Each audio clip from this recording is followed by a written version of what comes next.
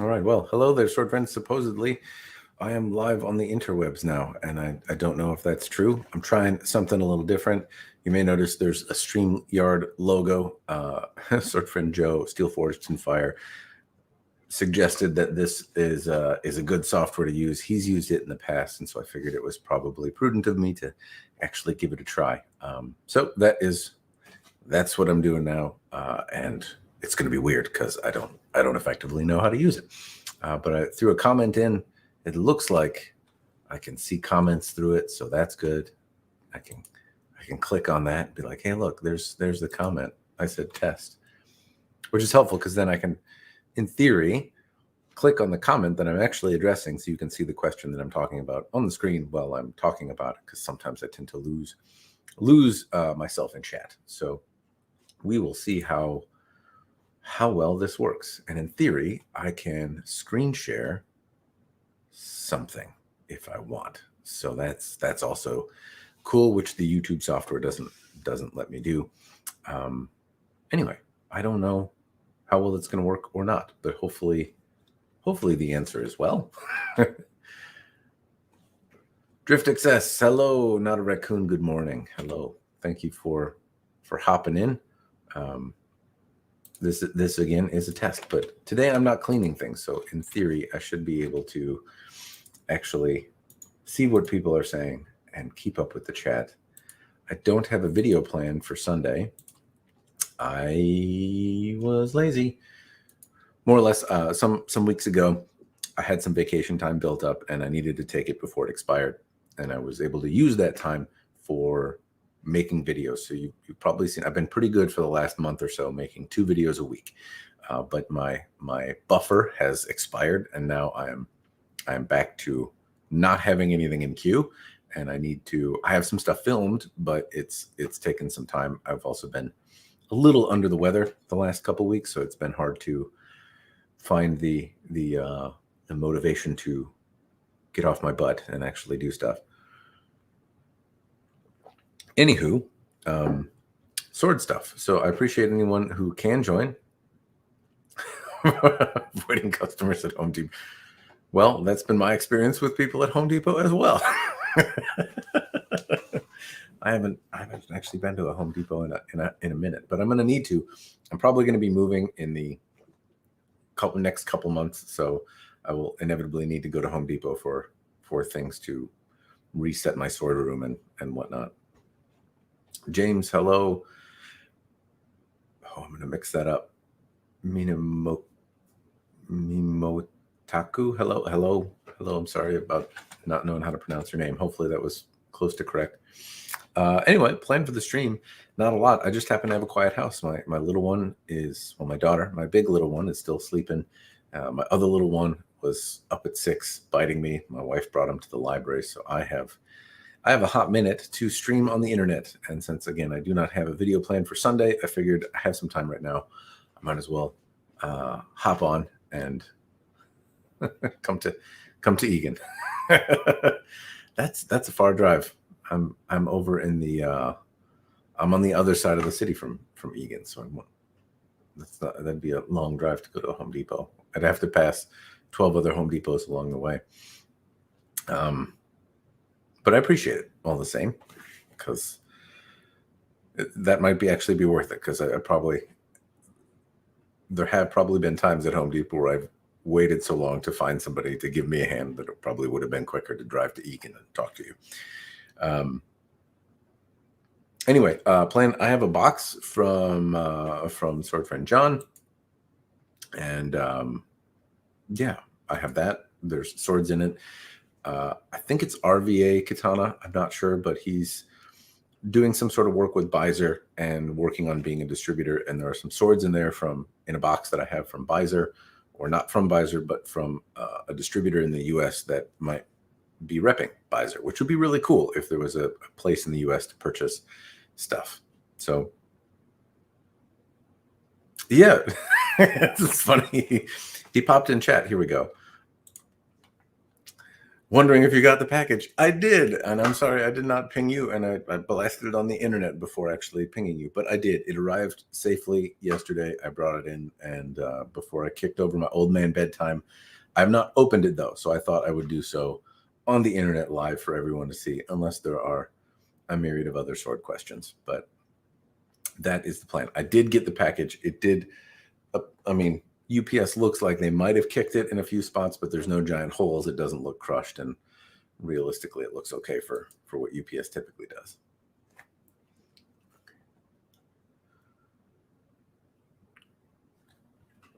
Well, since I don't have a whole lot of sword questions, I can I back this camera up? There's a great shot of my armpits. Fantastic.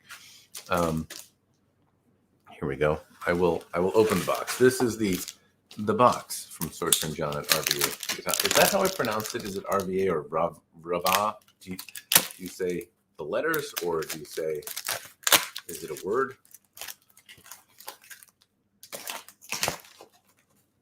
I'm bad at pronouncing things on a good day. Oh, there's 4 things in here. Okay.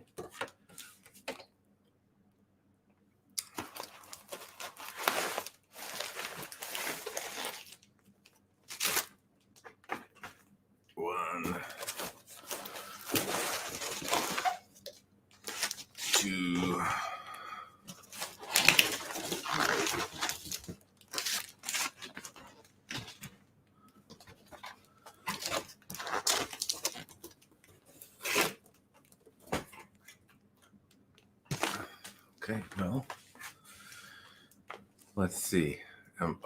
This is fantastic. See how good I am at streaming. Let me just stack the boxes in front of the camera so you can't see anything. That's a smart idea. Hey, there's my face.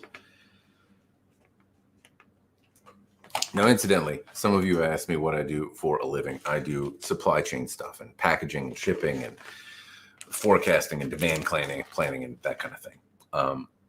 And so I get a lot of things from overseas in my day job where I have to complain and moan about the expense of packaging and the inadequacies of packaging.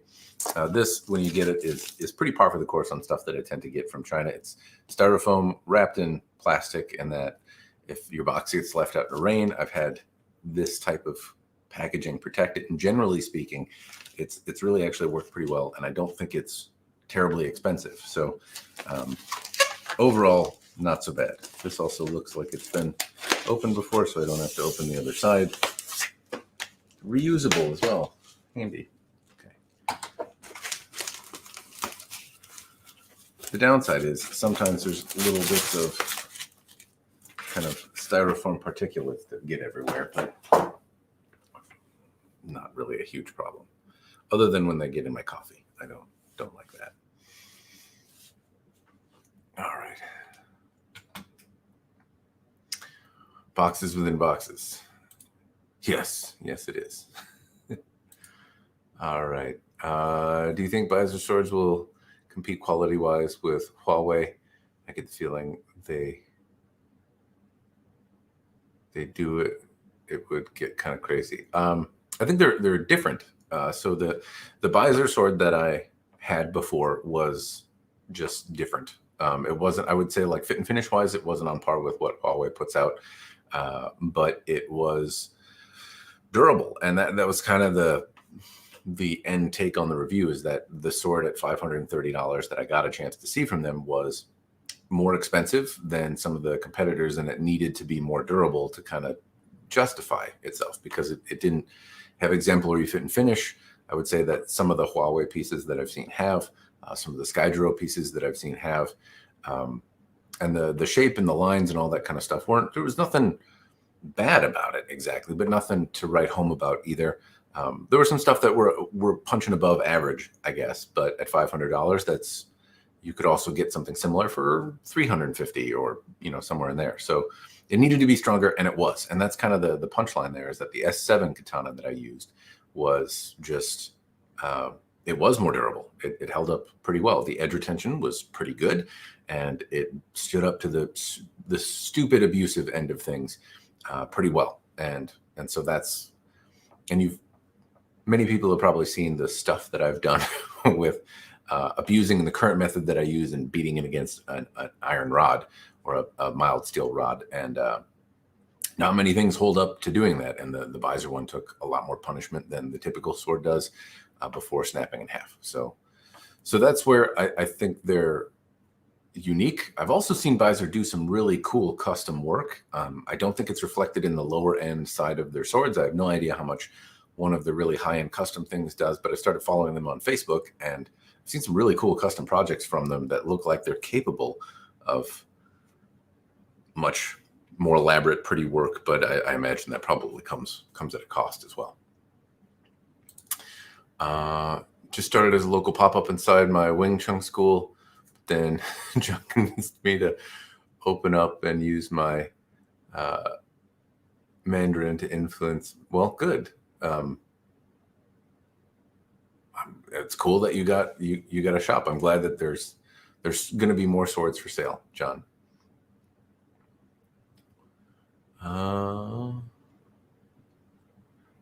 There we go. See, you're getting accolades, John. Well, other John is getting some praise, but the one that convinced you.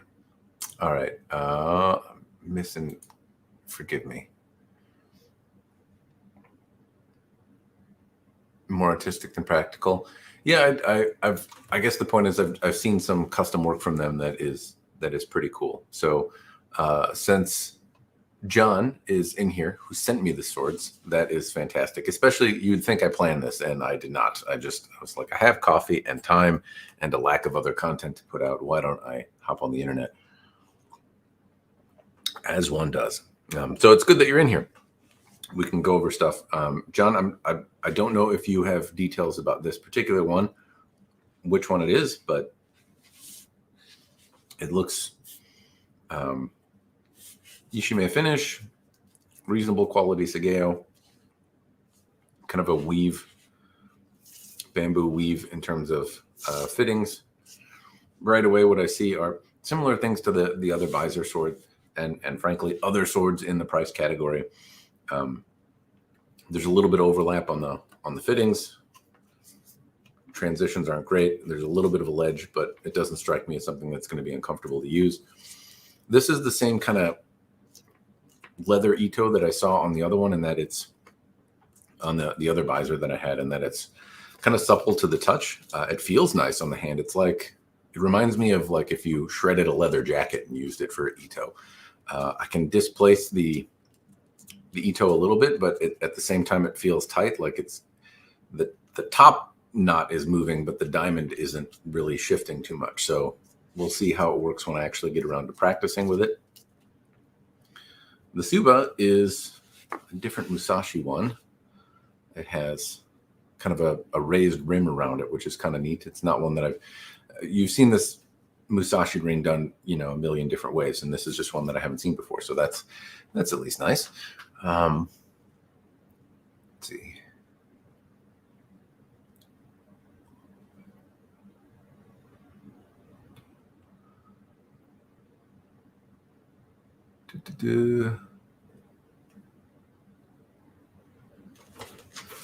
So this one, are you saying this one is made out of S4 spring steel?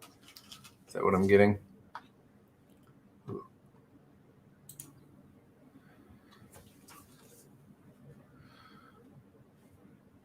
Generally, the lines up here pretty good. Ripples in the bohea, which is par for the course, but the other planes on the sword look pretty nice. The bohea just kind of tapers off. It's not particularly well terminated, but at the same time, it is at least kind of tapering off in the right spot. At a glance, it feels nice. I haven't played with it too much. Simple habaki, but overall nice shape. It looks like this one is through hardened. I don't see any indication that it's anything else. And then also some basic stuff on the scabbard. It doesn't look like horn fittings or anything like that. So John, this one you're saying is 51 CRV 4 spring steel. And how much does this one cost? Someone would like to get it.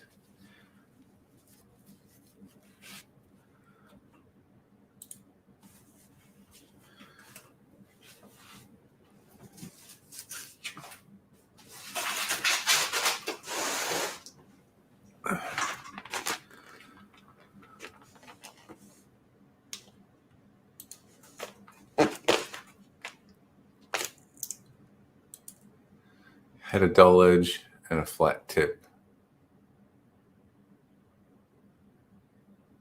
It's the okay.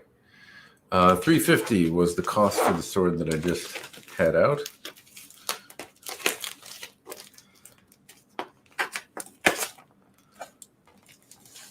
Which it seems to be, again, the same kind of situation. So at $350, your options are certainly fewer than they are at $500. The finish quality, I think, is actually pretty decent at $350. There are still things that are a little better. Again, I think the $300 pieces from Huawei are nicer. But again, there's much fewer pieces at that price, and so given that the finish quality was very similar to the other one, it kind of puts it a little further above average. I'm really trying to go slow so I don't put little chunks of things in my coffee, because then I'm gonna get sick. Well, this is a fitting set that I have seen and not seen at the same time. It's got kind of an interesting taper towards the end here. Let's see. Similar leather. This one feels a little bit tighter, shaped a little different. It's probably tough to see, but this is like at least from what I can tell, kind of like a deep brown color, which is different. The casting quality on this is not fantastic. It teeters on the gaudiness, but it doesn't look completely finger painted. But there's elements of finger painting. These style of fittings I don't tend to favor as much, but that's a personal preference. Scabbard appears the same. This one doesn't have a bohie. Planes on it look pretty good. Last time I saw one from Byzer, it had some rippling. It looks like their hands have steadied a little bit. I don't see the same kind of imperfections in the surface of the steel. So that is nice. Feeling wise, a little more stout in the hand than the previous, but nice. John, if you happen to know what this one is made out of, it does not look dull, though it does dull slightly, at least from what I can tell near the tip. But I'm not going to stick my hands on it right now because I'm drinking coffee and opening boxes, and I don't want to forget and have it rust. All right.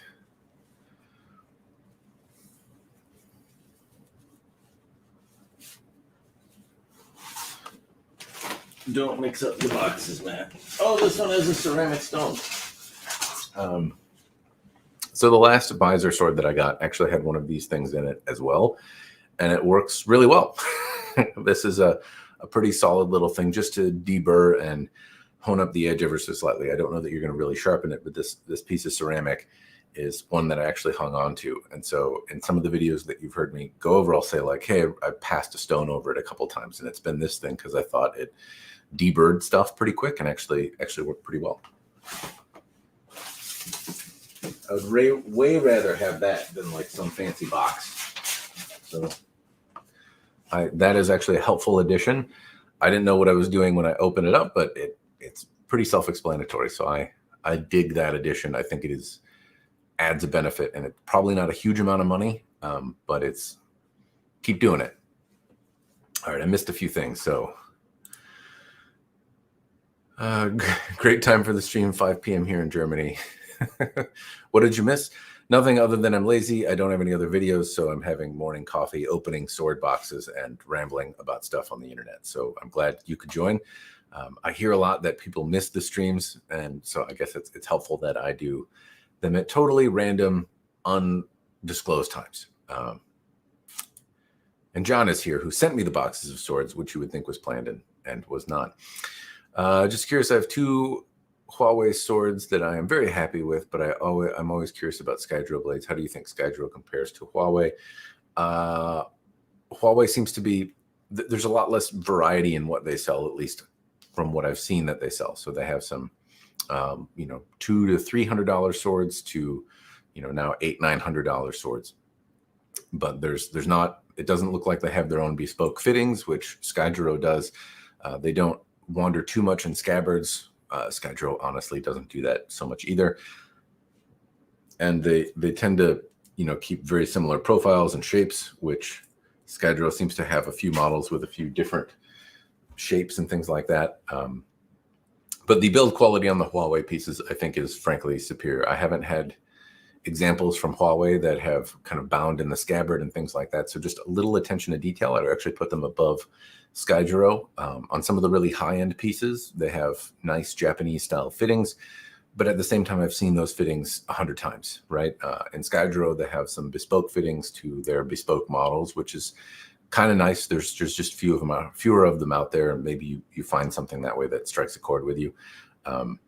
Skydrill has more folded, laminated, that kind of stuff. And it's not that Huawei can't make that. I'm sure it's possible for them to do that, but I haven't seen it as their common offerings.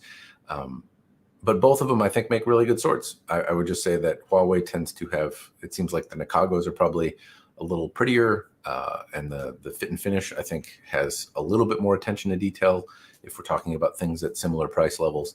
But yeah, I think both of them make good stuff. Skydrill would allow you to maybe see something with a little bit wider blade or folding patterns, or some of that kind of stuff, or something with a different fitting set. If you happen to like that, then maybe it's worth your time. Oh, I'm going, JC, that is good. Still a tiny bit of vanadium. Oh, you're going over my head, but I'm guessing you're talking about the stuff that the Byzer store is made out of. I'm glad that it's gets your approval, though. I don't know what this stuff is. Good morning. And there's Joe. Good morning, Joe.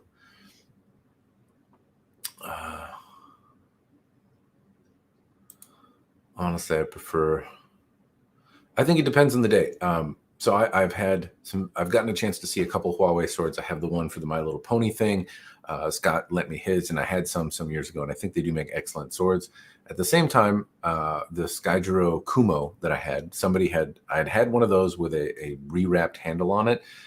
It wasn't my size, but I kind of regret selling it because it was a wonderful feeling sword, and it had a little bit of bind in the scabbard, but the blade was a beautiful profile. It was lovely to look at, excellent feeling. It had some cool fittings, and I would prefer that over currently any Huawei sword that I've had, despite the Nikago being a little bit nicer. But that was also a $1,200 to $1,500 sword, so that makes sense. The examples from Huawei that I've had have usually been under $500. All right. Context, right? All right. I'm missing stuff. What's going on here? It's way easier if I click on it and show it on the screen, because then I can actually read it without my glasses. Byzer doesn't differential temper for its practical cutters. I think that makes sense. Yeah, Joe, I'm trying StreamYard. And it's thanks to you. You've pushed me to try and do stuff better. So I kind of got sick of talking about things and being like, I have photos or I know a website, and not being able to do anything about it. So I'm giving a whirl to StreamYard. I'm not paying for it though, hence there we go, the little logo over here. All right.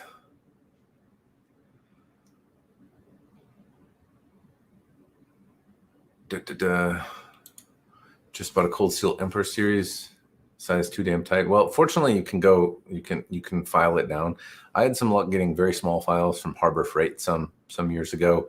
They weren't terribly expensive, and they fit right in the kind of spine and edge side of the scabbard, and allowed me to file it down just a little bit. You got to go slow though, because it's easy to take too much off and then have it fall out. All right. I'm going to continue opening stuff. If I missed your question, I'm sorry. I'm getting used to new software. If I miss something, I apologize. Hopefully I'm not getting spammed with porn stuff in chat because I can't see any of those. Next one.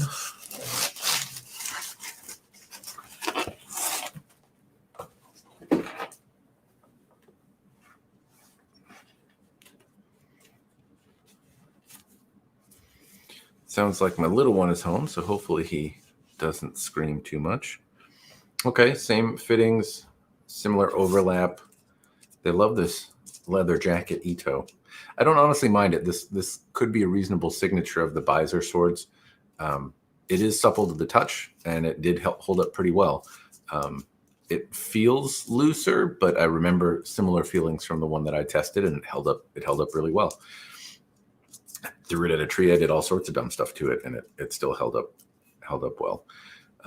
Could do with a little better transitions. It's I suppose nice that now that there are pieces from like Huawei and Skydro and things like that that line up nicely, you can be pickier about some of these details. But anyway, I like the Ito, and it's not Ito that I've seen anyone else use. I've seen leather used on other swords, but I tend to think it looks really cheap, and I haven't found it to hold up particularly well. Sometimes it does, but it's pretty rare that it looks as nice as this, which is, I suppose, something to keep in contrast. This is leather, and usually leather looks way shittier. So it's one of the reasons I tend to order silk. It's because I don't see leather particularly well executed. I can't remember what this Suba is. There's a name for it. It's like a roof tile or something like that. Also, this water jet cutout thing, there's some ledges on here that are catching. I don't know if it's going to cause me distress, but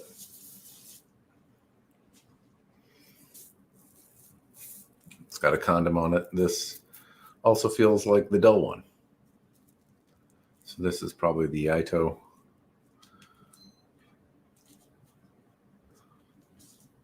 I will probably go train with this later today. This feels nice. John, is this made of, is the Ito, what's it made out of? It's coated in oil, so I'm guessing it's some sort of steel that can rust, but it feels nice.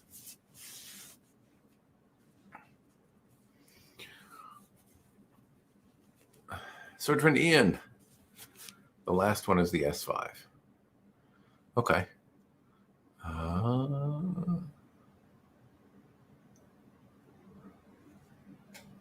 51 CRV4, Ito or Shenkin. Okay. So 51 CRV4, I suppose the perk of having an Ito made out of steel is that it feels a little similar. Those does feel, I guess I'll have to measure because there's one that's sharp and one that's dull, and it'll be fun to kind of compare and contrast what the difference is in terms of weight. But you could theoretically sharpen a steel Ito and make it into a real sword if you wanted to at a later date. You could also, I guess, take a sharp one and dull it, but that doesn't. I don't know going which way would be harder, honestly. All right, so the last one is the, what John said is the S5, I think is what he said. A lot of people get gaga over steel types, and I don't tend to as much. But supposedly, S5 is even more durable than the S7, despite it having 2 less S's. So I can't tell you what. This one feels a little bit shorter. Okay.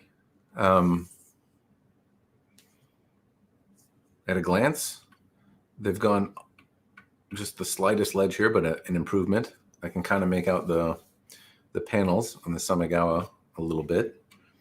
This also has like it almost looks like a really deep blue. I don't think that's going to pick up, but to my eye, this looks like it has like kind of a midnight blue kind of look to it, which is neat. I think it's probably intended to be black.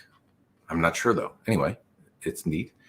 The fittings, again, they're better applied. When I look at these fittings that have kind of the gold and silver paint or something on them, they tend to be gaudy to me.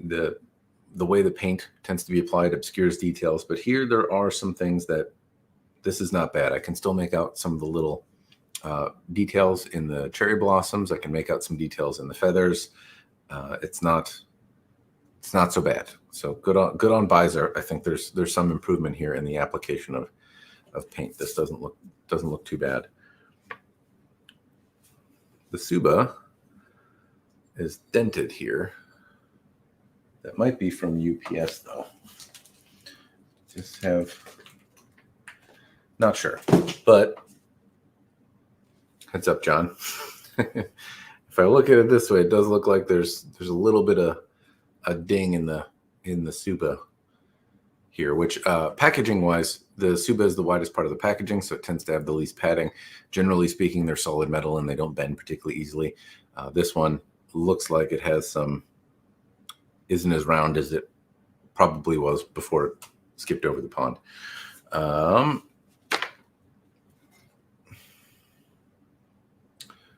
The Saya looks finished a little differently as well, a little better quality. It's tough to tell though. It doesn't look like horn, but maybe it is. Not sure. Like the fit here, it's tensioned well.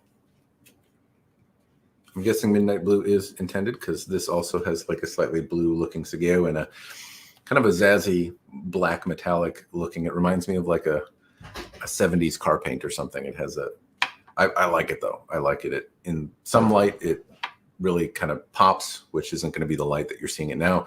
Probably looks a lot more subtle, like a black scabbard, but outside it shifts in the light. But it reminds me of like the metallic paint that I would see on cars in the 70s. The Ito on this one feels tighter. Doesn't move around as much. And I also see not a wooden peg, but some sort of resin.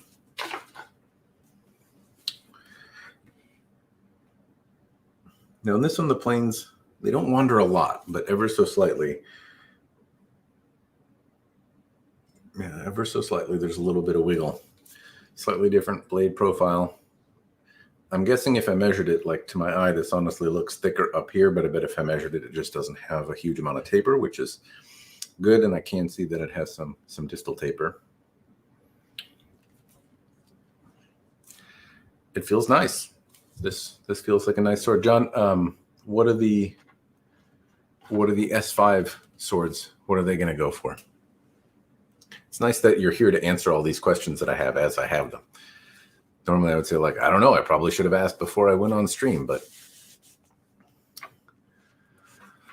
I am far down. Missed the chat a lot. Saya is a silver pearl finish. John answered not horn. He's addressing all the things that I say. Deep Blue 3. He's covering it in chat for me. I should. S5 is tougher than S7, but it has 2 less S's, John. How could it be stronger with fewer S's? Aren't the S's what make it stronger? If it's less S's, how do we get a 1S steel? That must be the maximum less S's possible. Sorry, I'm not being helpful. All right, gonna go back a little bit. John might have answered the question about pricing. Not sure on the S5 one. And I managed to not get any styrofoam in my coffee. So going back a little bit, seeing what stuff I missed.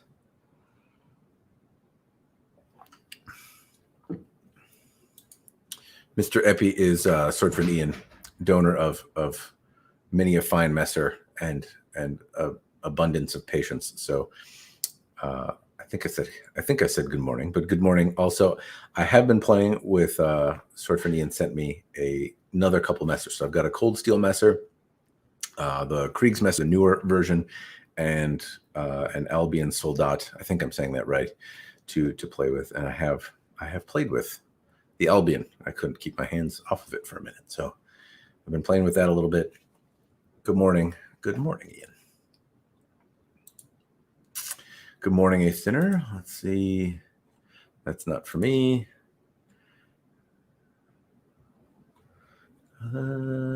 These aren't for me. Squint, Matt. Maybe you can see what things are. I have an S5 full custom from Well, good. Let us know how it turns out, Scott. I'm hoping that so far I'm happy. I do see some fittings on the Byzer swords that I haven't seen everywhere else. So that they're familiar, but not. I don't know. They don't look or feel quite the same. So I like to see that when there's something just a little different about the fittings, and they don't get them from the same parts bin. And I hope your custom project turns out well. It seems like some of the custom ones are pretty nifty. I remember getting my first sharp sword, made the mistake of getting a razor sharp and chopping bamboo with it, not slicing. Chips were all over the blade. Yes. Sword friend Bird, Samurai Bird. I talked to him the other day. Might be sending me some seeds, and then I could grow some bamboo. Maybe. I think it's probably going to die pretty quick, but I might be able to grow some bamboo and give it a whirl myself. Honestly, I have no recollection of cutting bamboo. I could swear I have, but I don't know how well it holds up. Bamboo is crazy hard to cut properly without practice. It's obviously, I imagine, I don't know. I imagine it gets harder, especially when it dries. S5 is bad. I don't know, Joe.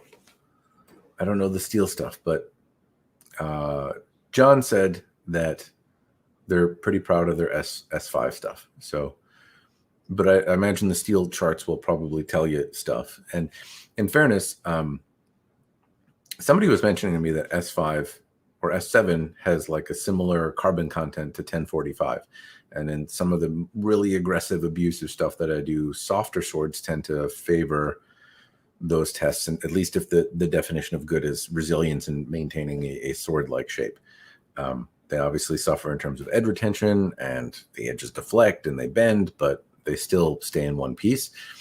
And so I don't know anything about S5, but if it's tougher, then it might be a little softer. I don't, I've also heard that metallurgy is just kind of trading. It's a series of compromises, right? So if you want edge retention, then you get brittleness, and if you want toughness, then you lose that edge retention. It becomes soft, or will take bends easier, and that kind of stuff. And so all of these special steels just have different balances of that kind of stuff. But I don't know that there's anything perfect unless you have a very clear idea of what your task is. Where was I? I'm losing it already.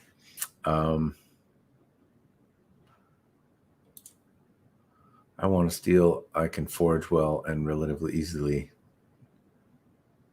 Yes, I would imagine, but that is outside my wheelhouse, muchacho. As you know, it should be, I believe. That way we could say it has 30% more Zaz, which I'm pretty sure is something that I got from Metalocalypse. Murder Face, I'm pretty sure is like, there was something where like it needs more Zaz. I'm pretty sure is what I recall from that.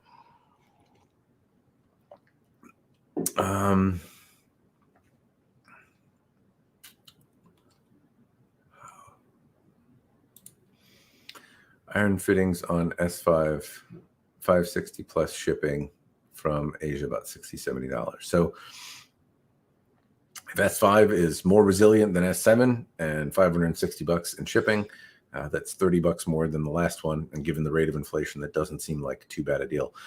What I do see on the S5 version, there's very minor things, but that one does seem to be, in terms of the swords that I just opened, pick of the litter in terms of small details, alignment, things like that.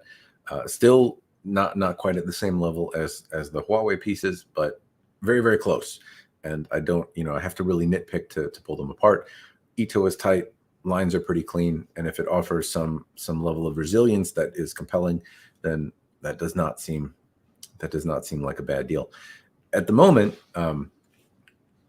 the steel type is like a taboo thing. Sometimes I get a lot of messages about you can't trust this or some detail. I don't honestly know, but what I can say is that the last time Byzer sent me a sword and I beat it against the metal rod, it held up better.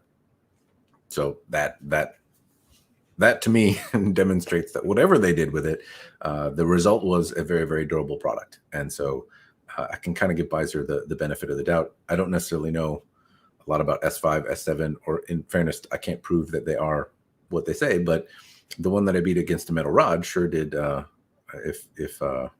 If proof is in the pudding, then there was an abundance of pudding.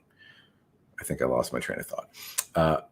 Also, incidentally, Byzer is the only company that has ever reached out to me and said, I want to send you a sword to beat against that metal rod in your backyard. Give it your worst.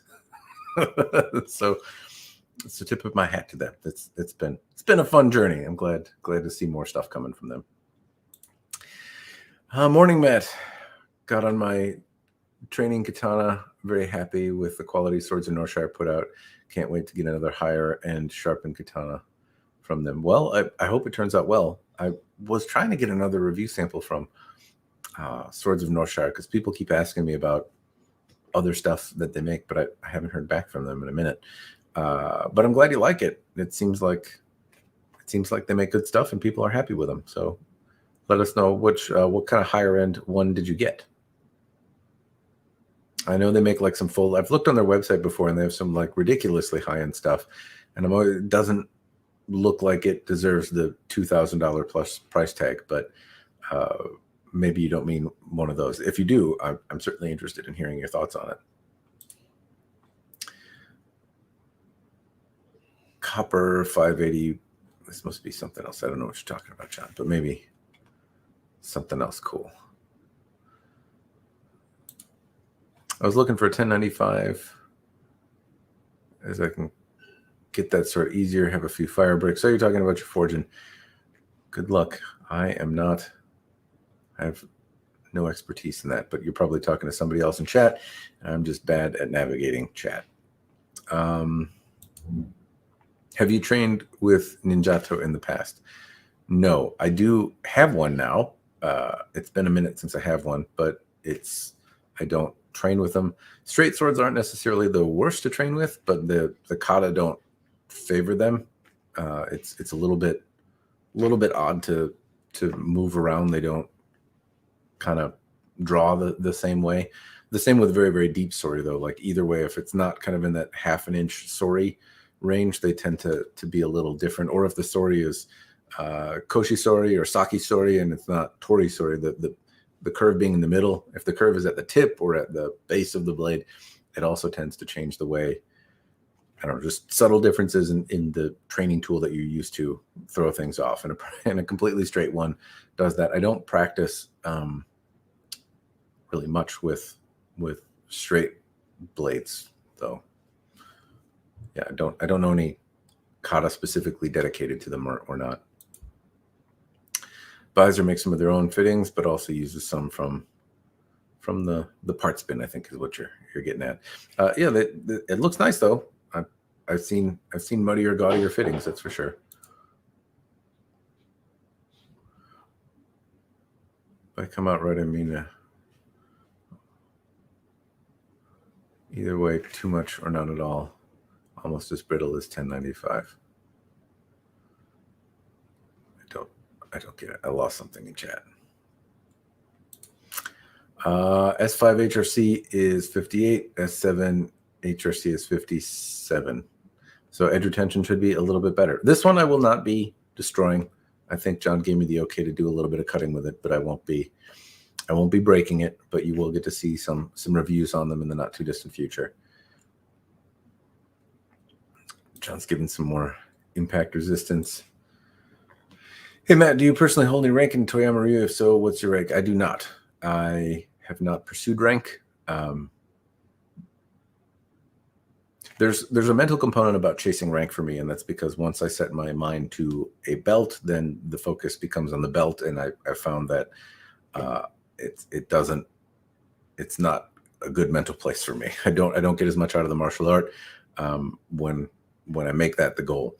I wouldn't mind doing rank in Toyama, but at this point, as I understand it, it's required some travel, and I haven't been willing to go to Florida, like the various events where people can do rank, the seminars and things like that. There haven't been enough of them taking place, or at least I haven't done them when they've been local, and that's because I need to do so many of them to rank up in Toyama, and most of it has required travel.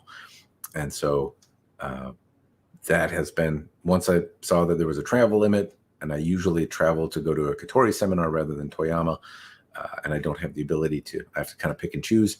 I just haven't pursued it. I've teetered on the idea of making it a more of a point, but I haven't at this point. So I have no rank in Toyama, and but at the same time,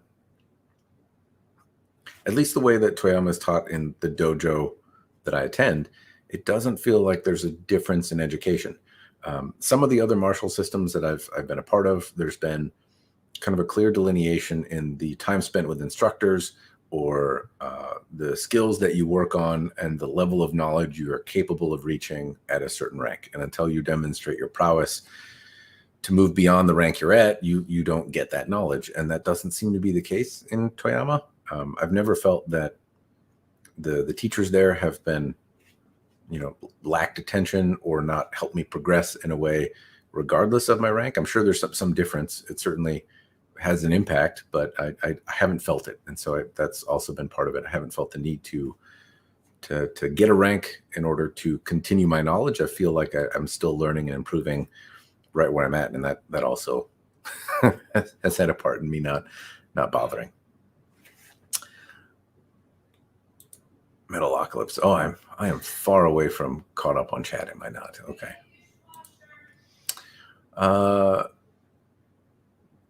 I clicked on that one already, I think. Oh, nope, it's just twice. Byzer might send you an S5 to break. Well, welcome the challenge. Is Bryce still the sales rep at Swords of Northshire? I had a conversation with someone recently, and the gist was he's no longer there. I don't know. Bryce was the rep that I dealt with the first time. I'm sure it's not his name, but I want to say Hoagie. I don't know why my name is saying Hoagie, or my brain. Maybe it's because I'm hungry. But somebody else was the rep last time I talked, and they seemed interested in sending me something to test out again. But I don't know. But that's okay. I ask. I don't want to pester people to send me stuff.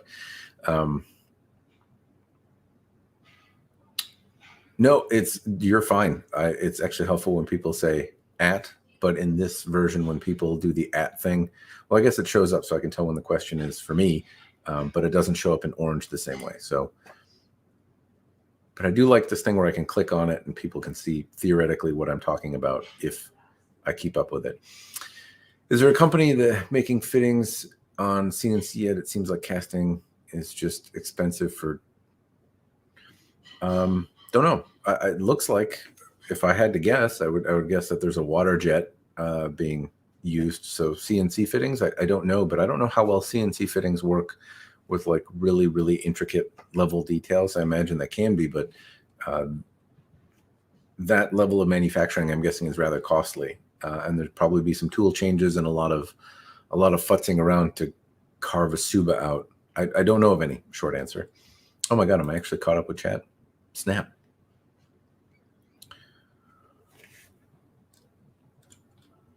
Hey, or I disconnected and there's no more questions. Don't know. Nothing too expensive. Probably more quality fittings. 1095 clay temper, but I would like to request the trainer. The sizing, the tightness of the pieces on the Suka, Saya, and so on. Over 500 for sure. I'm guessing you're talking about your next custom piece. So, yeah, I'm not sure if 500 is their higher end. I think that's still kind of their mid-grade stuff. But hopefully, you can specify that you care about that, and then they respond. So this is an interesting point in the sense that it seems like with most production houses out of China, consistency is not strong.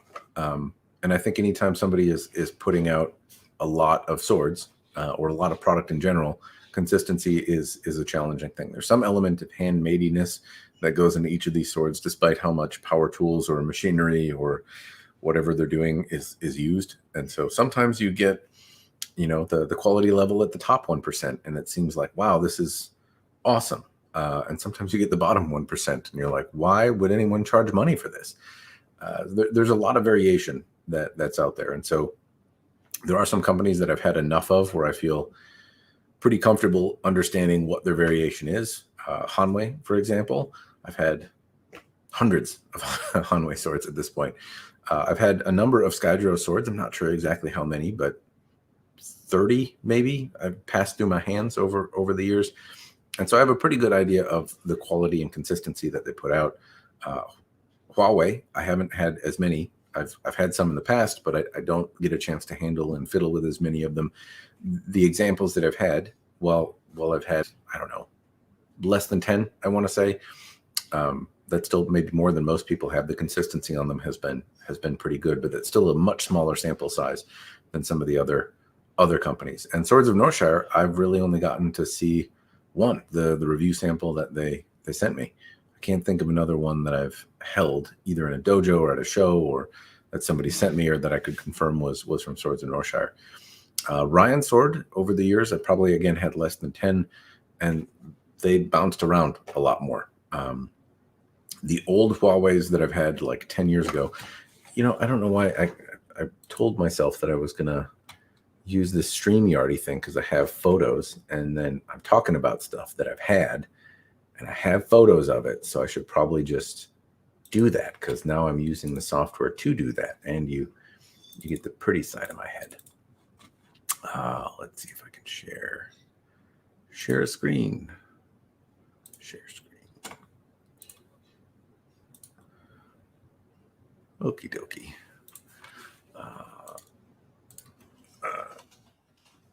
I take a lot of photos. So here are some of the older ones that I had many moons ago. And so these were pieces I bought secondhand that were supposed to be Shobuzukuri. And they, I remember getting this thinking I would like the whole rattan wrap saya. I did not. They used some parts bin gaudy fittings, but the tangs were actually pretty nice even then. So they've evolved from then, from here, and the tangs even look nicer. These were folded blades, which they were doing kind of at the time. But the examples that I had of this were really consistent. I mean, even years and years ago, these were clean, nice blades. And I haven't had a bad example. And these were, oh God, when did I take this photo? That's the...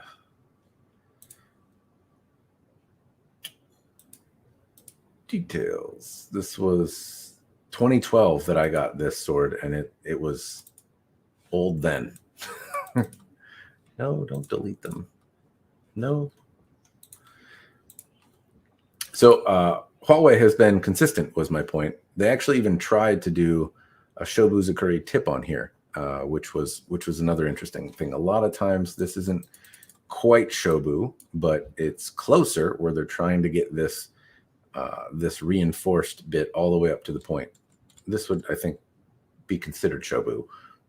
A lot of times this ideally runs, at least to me, runs all the way to the very tip, but it's at least closer, an actual attempt at Shobu and something different. And this was from years and years and years ago.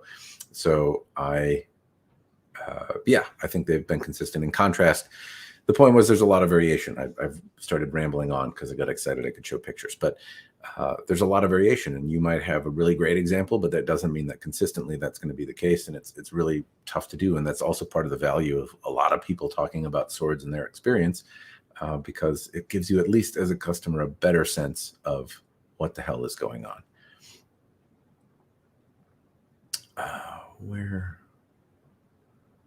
Where the hell was I?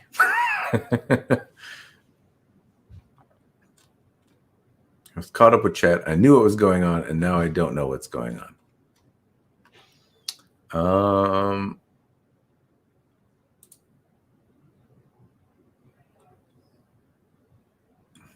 That wasn't it.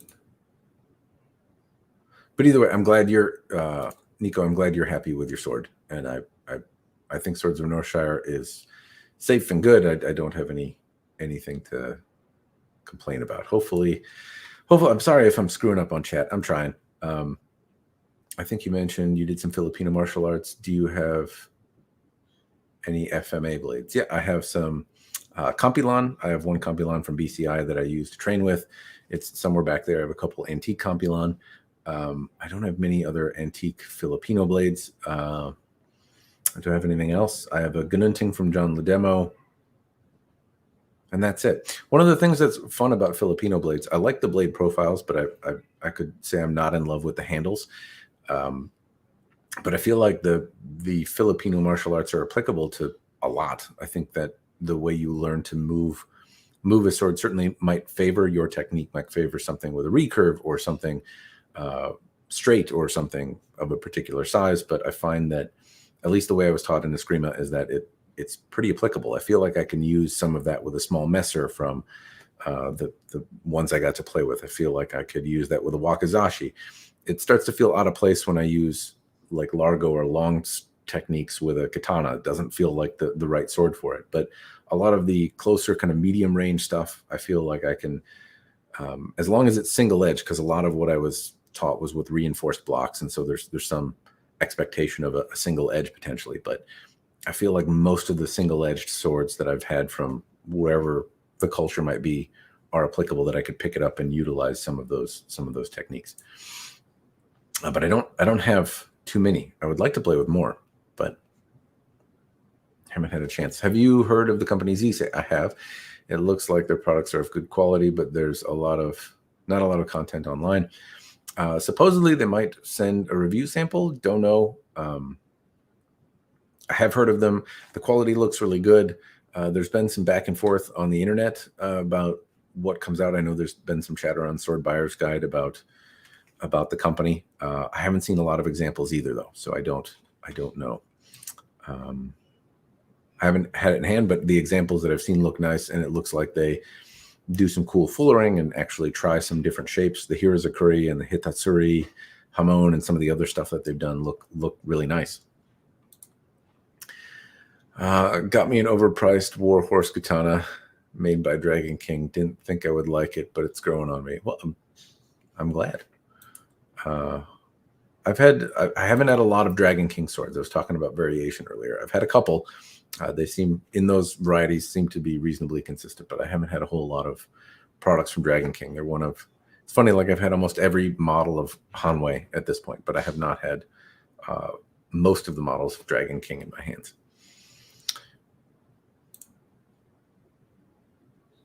I don't find it as much trouble finding decent fittings for Asian weapons, but European is a nightmare. Yeah, I remember I had trouble finding a crossguard. I got this A-trim sword some time ago. It didn't have a crossguard, but it had a handle and a pommel. And I was fortunate to live next to Arms and Armor and was there for some other reason. I asked them if they had like a junk bin, and I bought a unfinished crossguard that worked. It took some futzing to deal with, but you might try reaching out to them and seeing if they have a parts bin or if they're casting fittings, if they can cast you another set, and if they would sell them.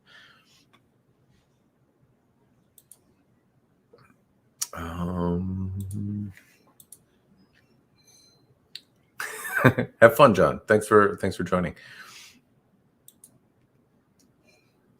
The James Raw Shobu. Yeah, you know, again, I got the pictures. Let me see if I can look it up.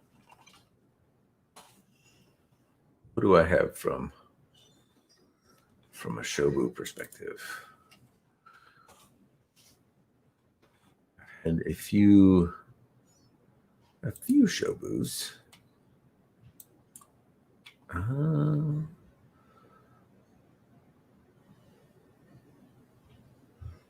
do I wrap it? I must not have put Shobu in the title. This was one from Rick Barrett some years ago. And also it kind of sweeps and comes to this like iris leaf kind of look, but it doesn't, it was still sharp. So that's considered Shobu, but I like something different. I had one from Raw. James Raw.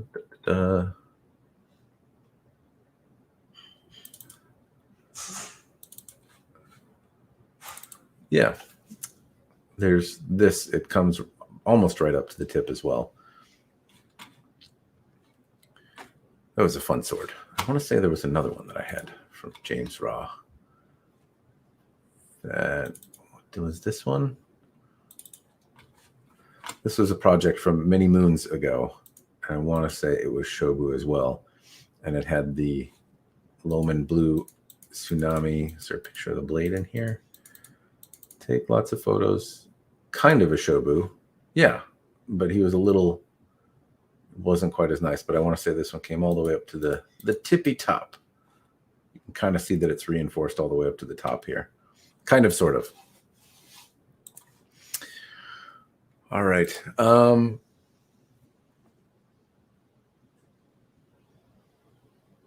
Darn it, I probably moved past what you were talking about. I don't know what sword this was in reference to.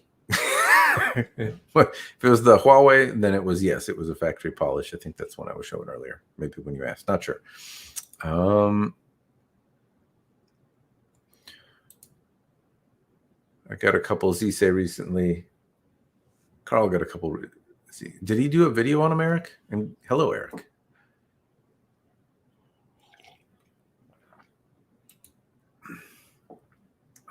Oh, he did not. Okay. Well, I'm recently now I'm caught up with chat. How long have I been going? About an hour. I'm probably going to stop in about 15, 20 minutes. Since I'm able to actually share things and take advantage of StreamYard and show my photo library or something like that, I will pop up maybe the Z-Say website and look at some of the stuff because I can now.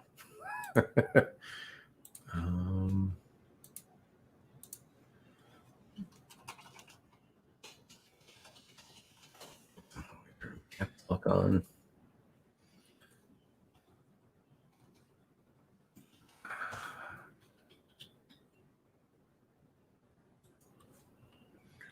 Or if anyone wants to see some of my pretty pictures, I'm happy to show those as well.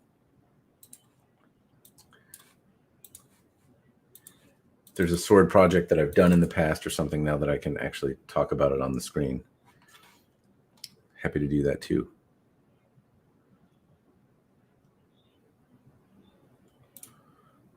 Speaking of their higher-end blades, do you know Tsando just updated their site? You can now order brand new. That's pretty cool. I did not know that.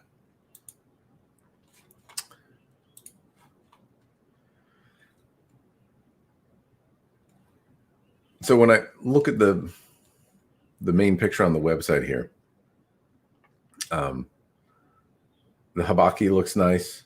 The blade looks nice. The scabbard and the handle still kind of look like parts bins.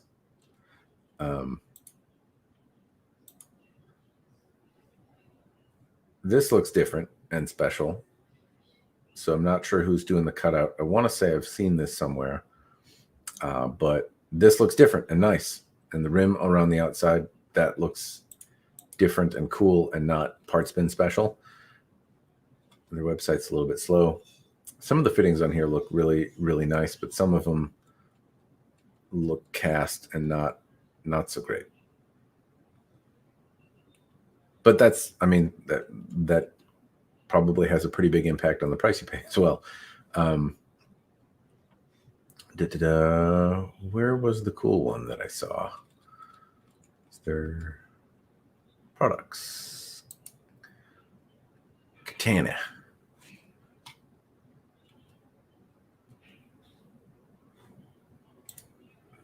I swear there's one here with swirly mitsudomes. Hey, look at this. So of the swords that they make, I am obviously compelled by the swirly mitsudome-ness of this particular one.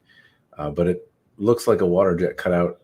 Looks, nice, but the rest of the fittings don't look particularly well, or at least not at the same level.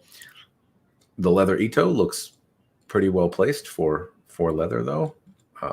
The rest of the fit, just the Fuchikashira don't pull my eye in the scabbard. It's tough to say, but just at a glance, I see some file markings and stuff like this, and it's $1,000 sword. So, and this just doesn't look like a great fitting, but the blade looks pretty special. This is some pretty cool stuff that they're doing. And I want to say their Hirazukuri blade also was really neat, but I don't remember which model that was. Full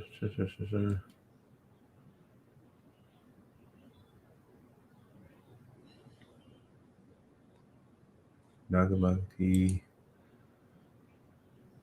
This Tsukashi Suba looks nice. So it's Naginata Nayoshi, or Unakobi Zukuri as sometimes it's called. It's got a nice transition of boho. Again, the fittings here, these look like recast fittings from a bamboo mat. They just don't look great. Nice polish on the Okasagi. Yeah, anyway, the blades look amazing. They look, kind of above the Huawei pieces, but they don't. The rest of the stuff is missing a little bit. In some cases, I think they do a great job. I'm really interested to see what they produce, though. They look really cool, and I hope to see more in-person examples. Do you know of any companies that make more traditional Nihonto style tanto? No. The tanto that I've had, most of the tanto that I see online look kind of cheap and crappy. I don't know of any. Maybe Zisei makes them. The tanto that I've had luck with have come from Prismec or Rick Barrett or something like that. I've had very few tanto from anyone else. I've had some Hanwei pieces. They weren't bad. They were smaller and straighter in Hirazukuri, but yeah, I don't know any. And I think most historical tanto did as well, at least the ones that I've gotten to play with, but maybe I'm wrong. I know there's a few different styles of tanto as well.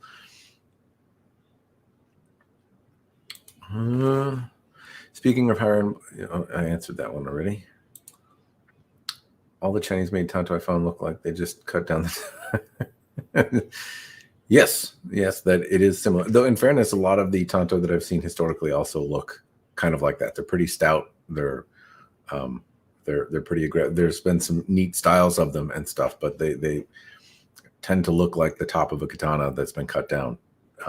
Some of them don't. There's been some Saraku kind of. There's different styles of tanto that are out there, but a lot of them have a very striking similarity in terms of thickness and stuff like that.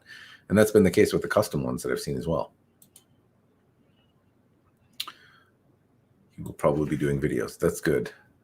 The Sashikomi A++ class katana they have is one of my favorites. I am guessing you're talking about the website over here. Sashikomi A++. I don't see it. Style of polish, though. I'm guessing that Zisei has some nice polish. The swords do look nice. I wish I made more with larger Suba like they used to use in earlier periods. Almost every reproduction katana has Edo period or later. Yeah, I don't know. I imagine that there were some guards that were larger. I've seen some of them at shows, but at the same time, a lot of the guards and Suba that I've looked at when I go to look at Nihonto aren't an order of magnitude larger. And I've looked at old Koto pieces and stuff like that. I don't know that many of them were very much oversized compared to what you see on mass production swords.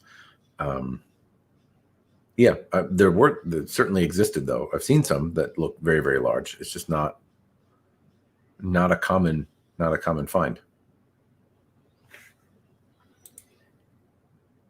Is there a book you can recommend that illustrates the different kind of katana blade types? I don't have it over here. The Collector's or the Connoisseur's Guide to the Japanese Sword. I have it somewhere, but it is a big, thick read and excellent at outlining some of the basic blade types and things like that. I use it as reference material all the time. What would you like to see in a tanto, generally speaking? One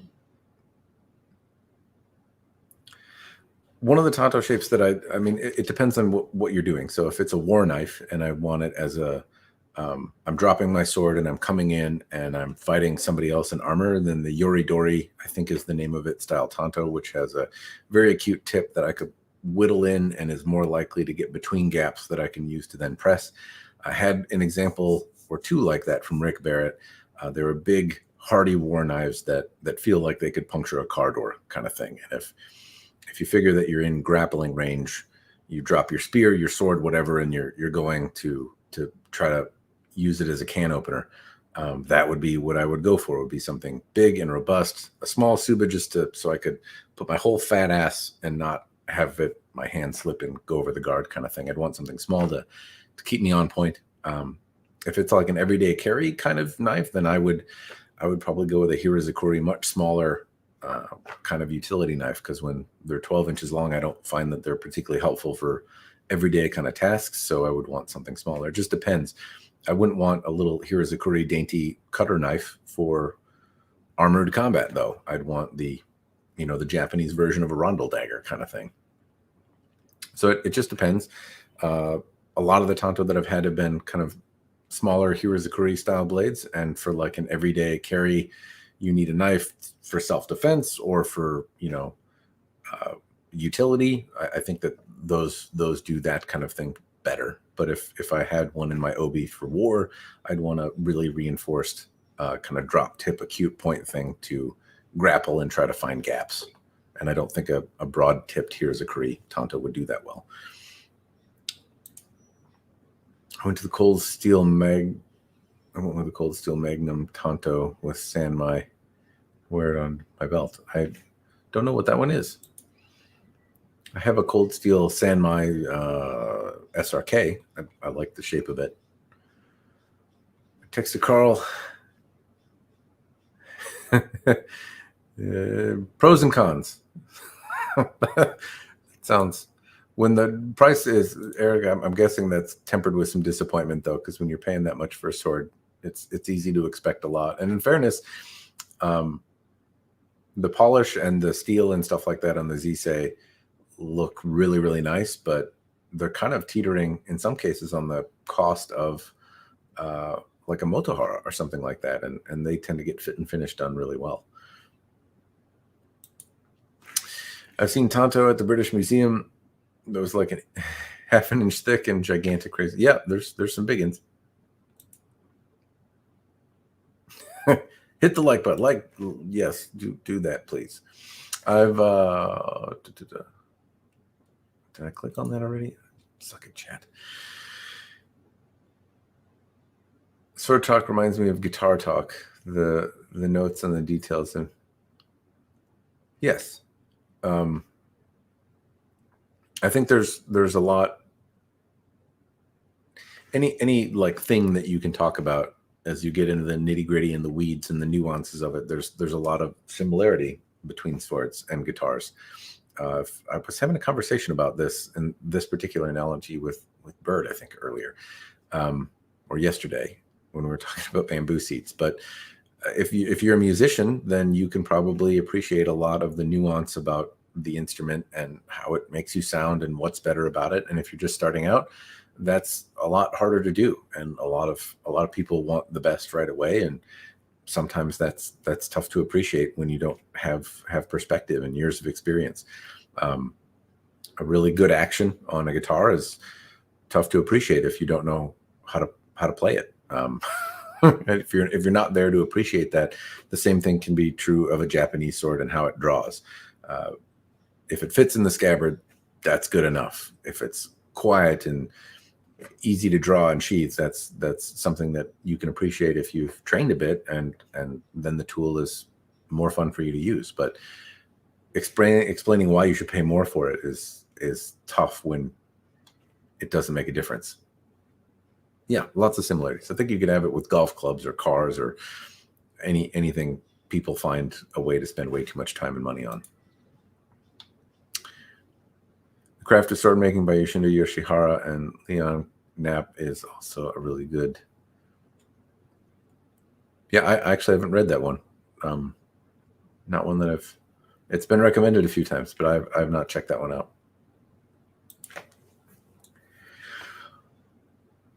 Driftic says most katana in general today reflecting Edo period much more than Muromachi, Kamakura, or anything except a couple Nodachi and Nambokacho Zukuri blades. Yeah, I mean that's fair. I don't know though. There's a lot of different attempts, I guess I would say. I see things trying to emulate Goto schools. I don't know. I'm not sure. But in terms of size, yeah. But I don't know in earlier periods how common Suba were that were larger and things like that. I see blade shapes that are emulating kind of all over the board, but certainly there's not a lot of variation in curvature or thickness. They do seem to be like a 27, 28 inch blade, an inch and a quarter wide, about, an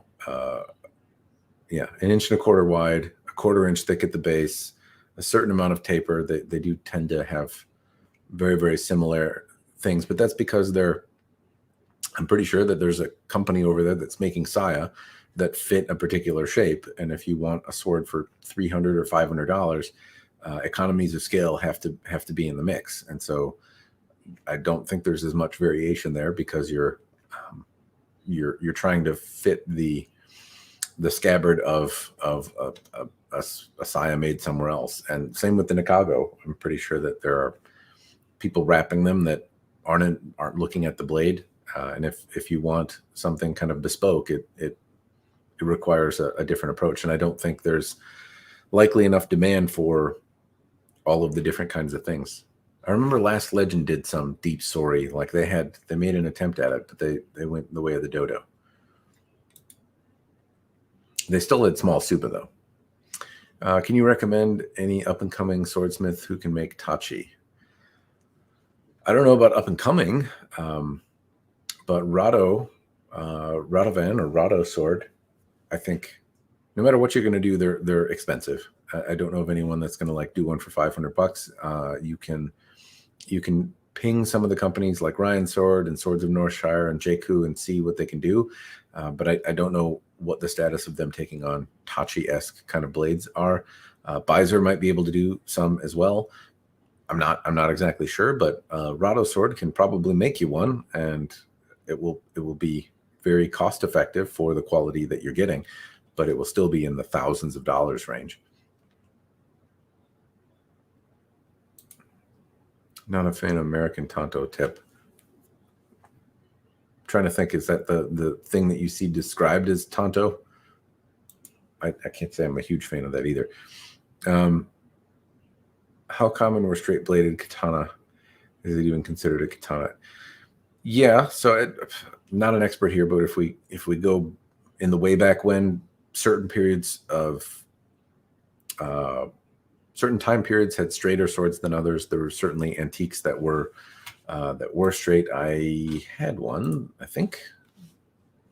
Let me see if I can find it in my photo library now that I can share.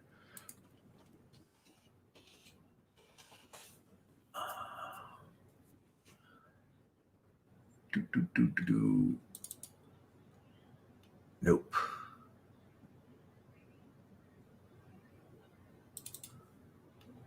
Nope.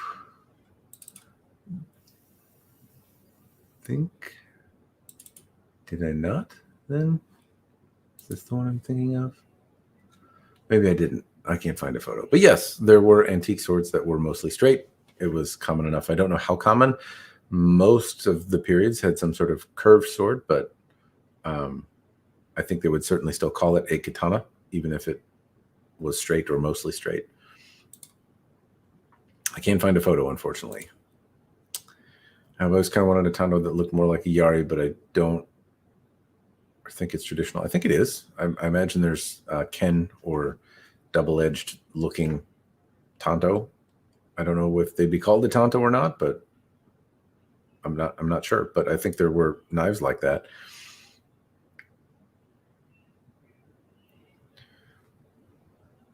I'm not sure, but a Yari wouldn't be something that you would typically walk with you around on the street. So as I understand it anyway, a katana would be something that a samurai would wear most places, right? They'd carry it around. It was a status symbol. There's cultural elements to it. And so you'd have a walking around town set of clothes for your sword. You'd have a I'm going to war or on campaign kind of thing. You'd have one to wear to court in your formal dress or something like that.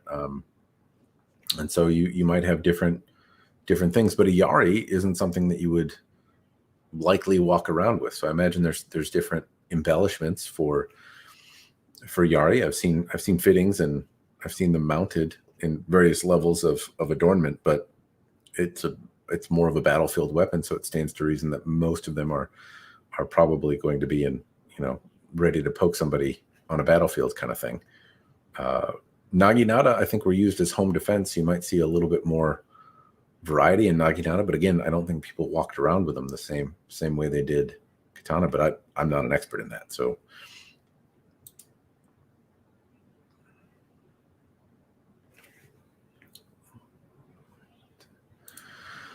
Mike, is there any way to bring a Nihonto that was taken out of Japan during World War II without, I'm not sure what that is, back into Japan for polishing? Supposedly, yes. I have not sent anything to Japan for polishing, but many of the folks that are Nihonto dealers do and bring them in and out of Japan. And generally speaking, I don't, I think if you were to recover the Hojo Masamune or something like that you might have trouble getting it back out. But I don't hear generally that they're confiscated or something like that, and people are able to get them polished and back out. But I don't know what I don't know the process to do that, but I've known people that have done it and say that it is a possible thing. Yeah, the box cutter looking tip. Also not a huge fan. It looks imposing, but I don't find it to be particularly practical. There are tachi that look really nice. The shape and all the bedazzlements. Ooh, I like that word. I should use it more, which to me is strange since I don't like God. Yeah, well, tachi are a special looking thing, right? You have probably less expectations of them, and they look a little bit more busy in general. So I think the look of them is more tolerant. If you're not generally a fan of something that looks blingy, tachi have a tendency to look that way, and so it's easier to expect that.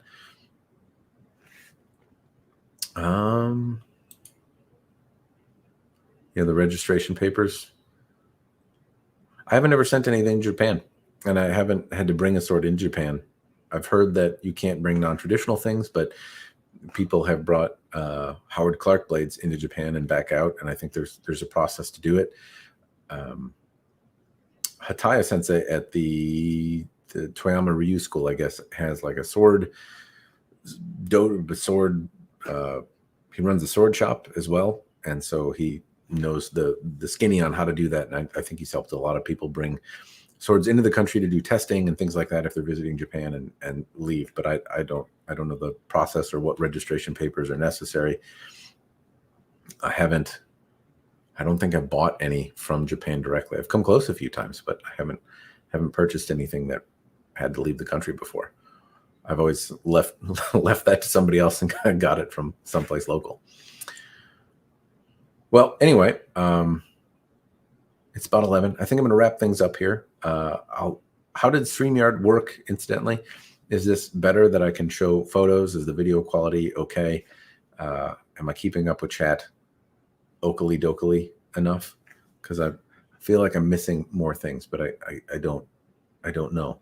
I can't see it on YouTube, so I don't know what I'm missing and what I'm not. I guess I'll go back. But if this is helpful, I like being able to show photos and stuff. I don't know if I really utilize StreamYard to its fullest potential, but the opportunity to bring other people in to chat is here. The opportunity to show photos and screen share and look at things and ramble about them is also here. So I think it has some promise, and I don't mind the logo if you want to use StreamYard.